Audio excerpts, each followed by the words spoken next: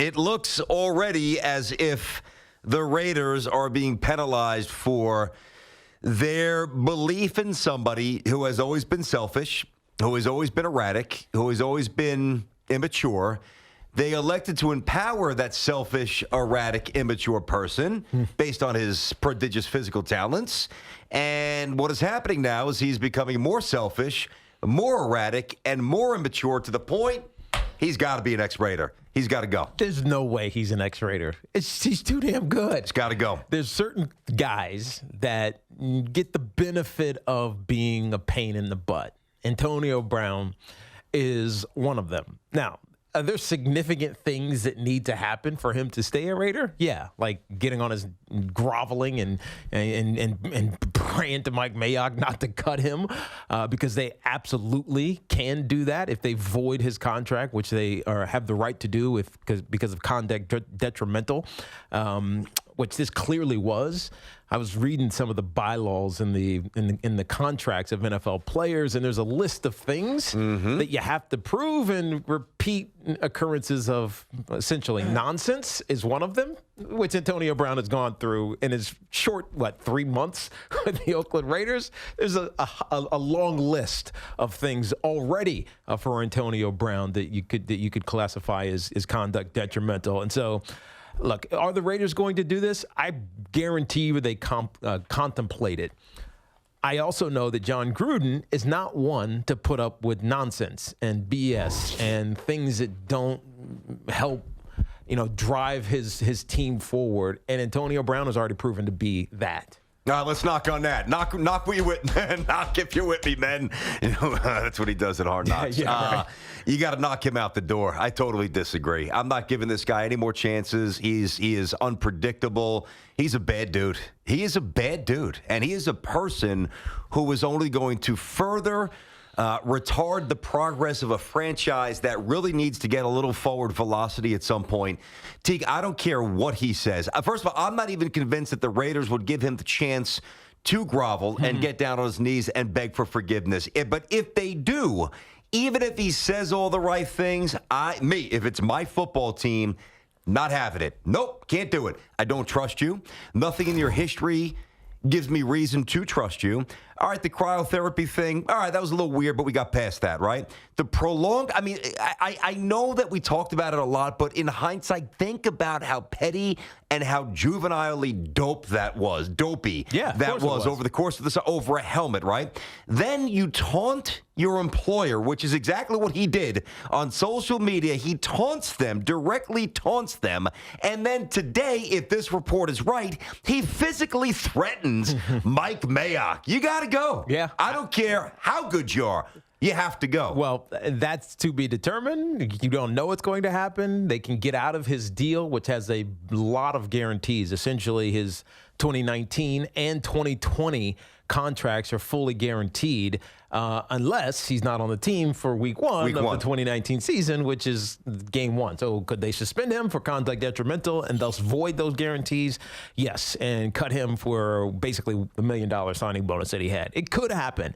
I just don't see it happening because AB, he has an emotional immaturity. Like, he can't control it. And, it's funny because I see this with, my 5-year-old sometimes, with Brooklyn. You tell her no, she gets mad. And, That's true. She gets, angry and wants to, strike out or lash out or scream at you. And it's calm down. It's okay. I just said no. Yeah. That's what I feel like Antonio Brown is. You know what I mean? When something is not right for him, he lashes out. But while I can look at my 5-year-old and say, that's just an impulse, right? Her brain isn't fully developed yet. That impulse control isn't fully developed yet.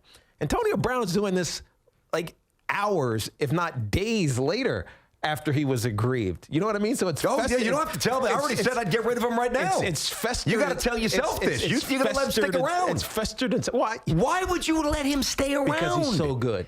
Because he's so good. Let me ask you this. Let's not forget the history of this Raiders team, right? If you're a Raiders fan, like the Renegade Cavalier back in the day, Al Davis, Reclamation Projects.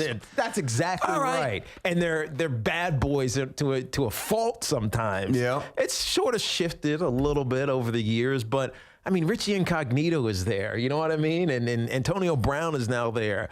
Vontaze Burfict is there. Like, this is who they are. It's what they do. And so, yes, this seems egregious, but he didn't actually hit Mike Mayock. He threatened him to make a point about, I'm going to hit you, and then if you want to find me for conduct detrimental, whatever, you can find me for that. As he punts the ball away, goes Brandon Marshall back in the day. Exactly. Which I don't care about punting the ball. I mean, that's just the cherry on top.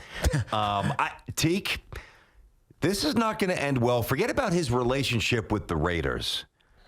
This is not going to end well for Antonio Brown. You think his teammates care?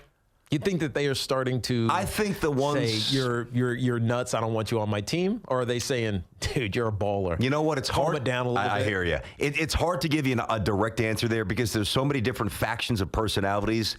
I believe the buttoned-up, studious, team-oriented people are like, get this guy out of here. Yeah. The guys who are wired a little differently, like, that's my guy, I'm rolling with him. You probably get a little bit of everything. Also, he's only been with them for a few months. No equity. So there's no equity. I mean, there's nothing. We have no idea. We've heard no one really comment about him. No. Because he hasn't been around. No. So it's one of those, we can speculate all we want. I have no idea what his teammates think about him. You know, I know Derek Carr wants him there because he's a hell of a wide receiver. He wants him there now until, again, he misses them on the first go-route, and he's getting absolutely put on blast for the entire world to talk about, which I guarantee we will if he's on the team, which he shouldn't be on the team.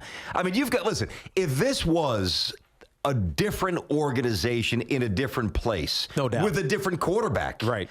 I'd say, first of all, he wouldn't be pulling this nonsense. Somebody would have checked him 3 weeks ago, number one. That's partly the Raiders' fault. It's a big problem. Oh, they're complicit. Yes. You were, the day that I came, I think it was the first day that I came back from Utah when you were off, I went on this rant, and it's on YouTube on our Tiki and Tierney page, really, and it was less about my opinion on AB, which is long established, but more about John Gruden allowing him to run rampant and do whatever he wants, kissing his behind on Hard Knocks. Would you take a hard stance when you try, you give the example about your daughter, right? And I'm sitting there saying, because my children are pretty much the same age, right? No, get over it in like 5 minutes. There's no question. But if my son at the age of 30 said, I'm going to punch you in the face, I'd say, whoa, something went woefully awry and wrong with how we raised our child. Great point. I mean, 5 years old is 5 years old. 30 years old is 30 years old when you've had a litany of indiscretions. Most normal people, all right, most people who are wired in a normal way. Now, normal good people make mistakes. We all know that, no doubt. Sometimes they could be somewhat egregious as well. But people who are wired to eventually get it right, when they do something wrong, they generally come back and immediately they're on their best behavior. This guy's on his worst behavior. He doesn't give a rat's ass what anybody thinks. He's got to go. I cannot let him poison the culture. They're still in the infancy of getting this thing in the right direction. This is a laboratory, a template of renewed commitment to the sport and respect for the Raiders.